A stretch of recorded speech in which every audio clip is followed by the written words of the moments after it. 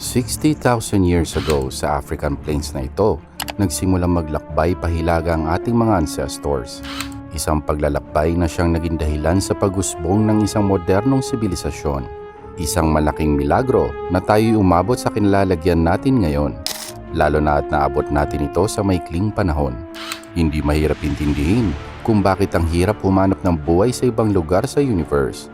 Dahil kung titingnan natin ang ating sarili, swerte tayo at tayo'y nabuhay. Napakaraming bagay ang pwede mangyari. Pwede tayo magkamali sa maraming bagay na maaaring magresulta sa katapusan nating lahat at ng buong mundo. At sa maraming pagkakataon, ang katapusan ng mundo, muntik na nating naabot.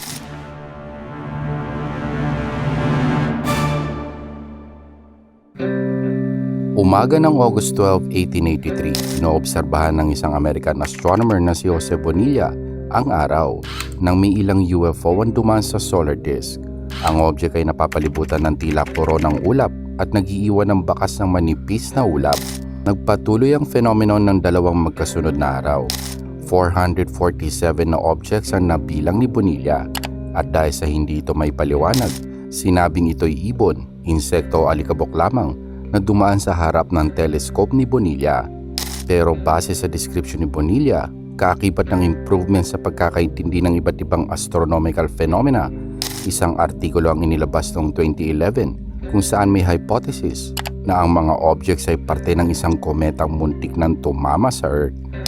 Ang katangi-tanging mga bagay sa solar system na nagiiwan ng trails at maliwanag na ulap ay ang mga kometa. At kagaya ng kometang ito na naobserbahan noong 2006, alam na natin ngayon na ang pagkakapira-piraso ng kometa ay madalas nangyayari. Ang estimate ay ang kometa ay nagkapira-piraso sa higit 3,200 na fragments na may diameter mula 50 hanggang 1,000 meters. Dumaan malapit sa Earth sa layong hindi higit sa ilang libong kilometro. Kung isa lang sa mga ito ang tumama sa Earth, ay magre-resulta ito sa ilang milyong casualties. At kung lahat o sapat na bilang ng fragments ang tumama sa Earth ay maaaring isang extinction level event ang nangyari. Sa gitna ng Siberian Taiga, bandang alas 7 ng umaga, isang malakas sa pagsabog ang nagbigay ng liwanag sa kalangitan. Isang eyewitness sa layong 65 kilometers mula sa pagsabog ang nagsabing, "The sky split in two and fire appeared high and wide over the forest. At that moment, I became so hot that I couldn't bear it, as if my shirt was on fire.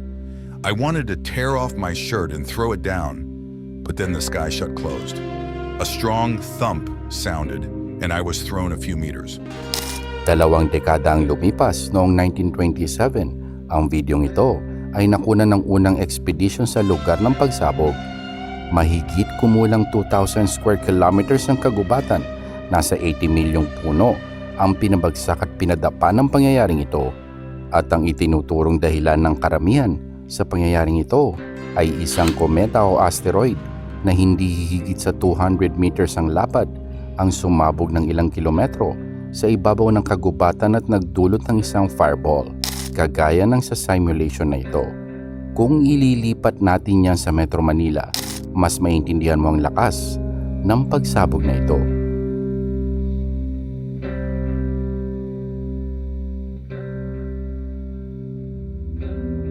Ang pagbagsak ng dalawang bomba sa Japan ang simula ng pagtatapos ng World War II, ngunit ito rin ang simula ng pagkakaroon ng bago at kakaibang takot, ang takot sa pagkalipol dahil sa katangahan.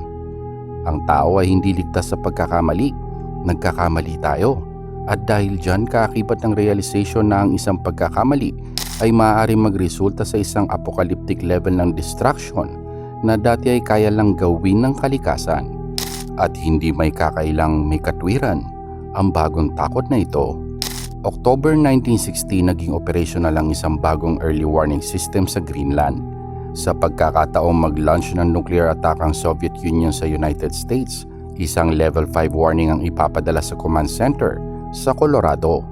October 5 ang numero sa warning system ay nagiba mula 0 naging 1. Indikasyon ito na may isang low-risk unidentified object ang nadetect. Medyo kakaiba pero walang dahilan para maalarma. Ngunit tumaas ang numero at umabot sa level 5 warning. indikasyon na may isang long-range missile na tatama sa United States sa loob lamang ng 20 minutes. Mabilis umabot ang alerto sa chain of command at nagdulot ng kaunting panik. Nabawasan naman agad ang kanilang takot nang malaman na ang leader ng Soviet Union na si Nikita Khrushchev ay nasa United States noong panahong iyon. Hindi nila inaasahang pupunta si Khrushchev sa US sa oras ng isang nuclear attack.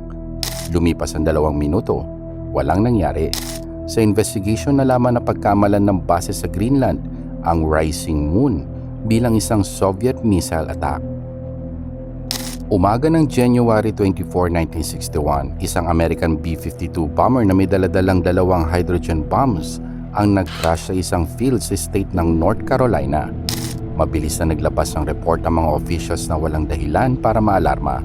Walang panganib ng nuclear explosion o radiation. Pero sa declassified documents na inilabas noong 2013, sinasabing ang isa sa mga bomba ay sobrang lapit na sa isang full-scale detonation. 3 sa 4 na safety switches ay na-activate sa impact at isang maliit na pagitan sa 2 wire lamang ang pumigil sa isang nuclear explosion. Kung ang 3.8 megaton bomb na ito ang sumabog sa Metro Manila, ito ang lawak ng magiging destruction niya.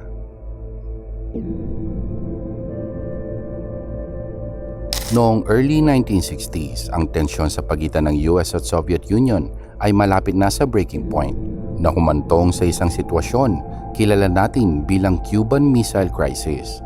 Muntik na tayong nauwi sa omnicide dahil dito. Ang US ay nag-install ng nuclear missiles malapit sa Soviet Union, specifically sa Turkey. At bilang ganti ang Soviet Union, nag-install ng nuclear missiles malapit sa US, specifically sa Cuba. Ang hindi pagkakaintindihang ito muntik nang nauwi sa isang malaking sakuna. Ngunit isang pangyayari ang nag-stand out. Pagkatapos magpatupad ng blockade ng US para mapigilan ng Soviet Union na makapag-export ng mas marami pang missiles sa Cuba, isang Russian submarine ang nadetect malapit sa shores ng Cuba. Para mapuwersa ang submarine na lumutang at makausap ng US Navy, nagpakawala ang US naval destroyers ng low-intensity explosives bilang signal sa submarine na kailangan nitong lumutang. Pero na-misinterpret ito bilang isang pag-atake ng kapitan ng submarine. Inutusan niya ang kanyang mga tauhan na gumanti at atakihin ng isa sa US destroyers ng isang nuclear-armed torpedo. Buti na lang ang isa sa 2 senior officers sa submarine ay hindi sumang-ayon sa utos ng kapitan. Kalaunan ay nakumpinsi niya ang kapitan na lumutang na lang sila at maghintay ng orders mula sa Moscow. At yun nga ang ginawa ng kapitan. Kaya't ang apocalypse na schedule sa ibang araw. Noong May 23, 1967, lahat ng early warning system sa buong Amerika ay tila hindi gumagana. Lahat ng military communications at radar technology ay hindi rin gumagana. Dahil dito'y inisip nilang intentional na jamming ito ng mga Soviets. Agad-agad naman nagprepara ang mga bomber planes para sa isang atake. Pero dahil sa swerte, ilang taon bago nito, isang branch ng US military ang nagsimulang mag-observe sa solar activity at ang epekto nito sa Earth. At sa araw na iyon noong 1967, naglabas ang sun ng isang malakas na solar storm na siyang tumama sa ating planeta na naging dahilan ng hindi paggana ng military defenses at iba pang equipments. Kung ang isang pag-aaral sa sun na walang kinalaman sa militar ay hindi nangyari o na-delay ng ilang taon, maaaring walang makapagpaliwanag sa pangyayaring ito. At baka hindi napigilan ang World War III. Noong mid-1980s, ang mga squadron ng US aircrafts ay madalas lumilipad patungong Soviet airspace na siya namang makakapag-trigger sa kanilang early warning system. Pagkatapos ay iiwas bigla at iikot pabalik ang mga US aircrafts. Isang psychological warfare na siyang magbibigay ng saisipin sa mga Soviets na maaari silang atakihin anumang oras. September 26, 1983, ang command center sa labas lang ng Moscow ginising ng tunog ng alarm. Isang intercontinental missile ang nilaunch ng US at patungo itong Soviet Union. Sa isang event ng nuclear attack ng mga Americans, standard procedure ang agad-agad na pag-launch ng isang counter-attack. Ang ataking ito ay nasa kamay ng isang taong in charge, si Stanislav Petrov. Kailangan niyang kontakin ng kanyang mga superiors sa di pa alam na may padating na isang nuclear attack.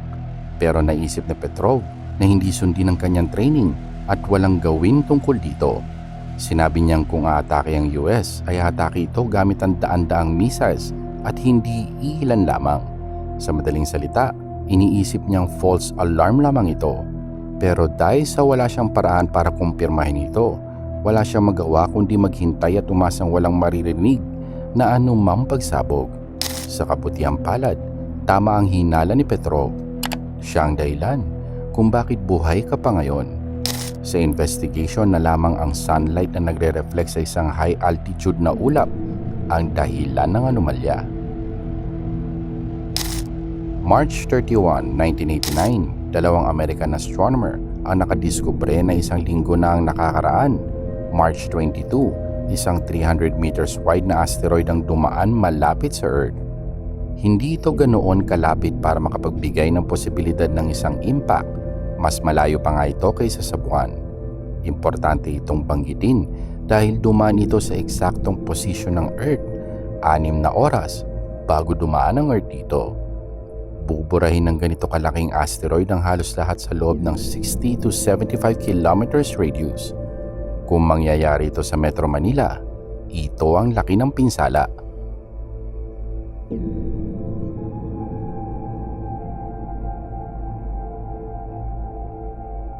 Naaalala nyo pa siguro na ilang taon na ang nakakaraan ay nagkaroon ng iba't ibang hula na magugunaw na ang mundo noong taong 2012. At kahit na patuloy pa rin umiikot ang mundo, ay totoong nakaligtas tayo sa isang catastrophic event noong July 2012. July 23 na naglabas ang sun ng isang bagay na kung tawagin ay coronal mass ejection o CME. Ang CME ay pag-release ng malaking bilang ng magnetized plasma at kung tatama ito sa Earth ay magdudulot ito ng matinding pagkasira sa lahat ng electronic devices. Ito rin ang isa sa pinakamalakas na CME na naitala sa history at tumama ito sa orbit ng Earth. Buti na lang ay nasa kabilang side tayo sa lungat kung saan nagkaroon ng eruption. Pero dahil sa umiikot ang sun, kung nangyari ito 9 days in advance, ay tinamaan na tayo ng solar storm na ito. Kung yan ay nangyari at may 12% chance na mangyayari yan sa susunod na 10 taon, ay tatagal ng hanggang 1 dekada bago tayo maka-fully recover. Mahirap isipin kung paano magsasanga-sanga mga problemang dulot ng ganito kalaking CME. Ang pagkawala ng kuryente sa buong mundo ay maaaring abutin ng ilang araw, linggo, buwan o taon bago ito maayos. Ang mga masisirang satellites ay kailangan palitan. Lahat ng electronic equipments maaaring hindi na gumana. Medical facilities, transportation, financial, military at iba pang importanteng sistema ay maaaring masira. Ang lipunan ay hihinto. Literal na maaaring mapunta ang lahat sa kadiliman. At sa pagiging dependent natin sa kuryente at iba pang teknolohiya kagaya ng internet na maaaring mawala, mahirap mag-isip ng ibang pwedeng mangyari bukod sa global panic. Maaring hindi ito ang katapusan ng mundo, pero walang dudang ganoon ang magiging pakiramdam.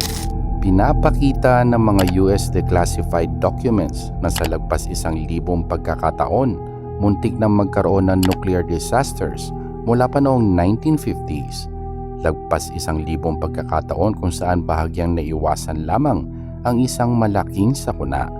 At hindi natin alam kung ilang beses nalapit sa disgrasya ang mga nuclear weapons ng Russia o ng iba pang bansa na may nuclear weapon. Idagdag mo pa dyan ang destructive power ng mga natural events. Sa lahat ng yan, masasabi nating isang tunay na milagro na umabot pa tayo ng hanggang sa ngayon. Huwag kalimutan mag-like at mag-subscribe sa Random Pinas.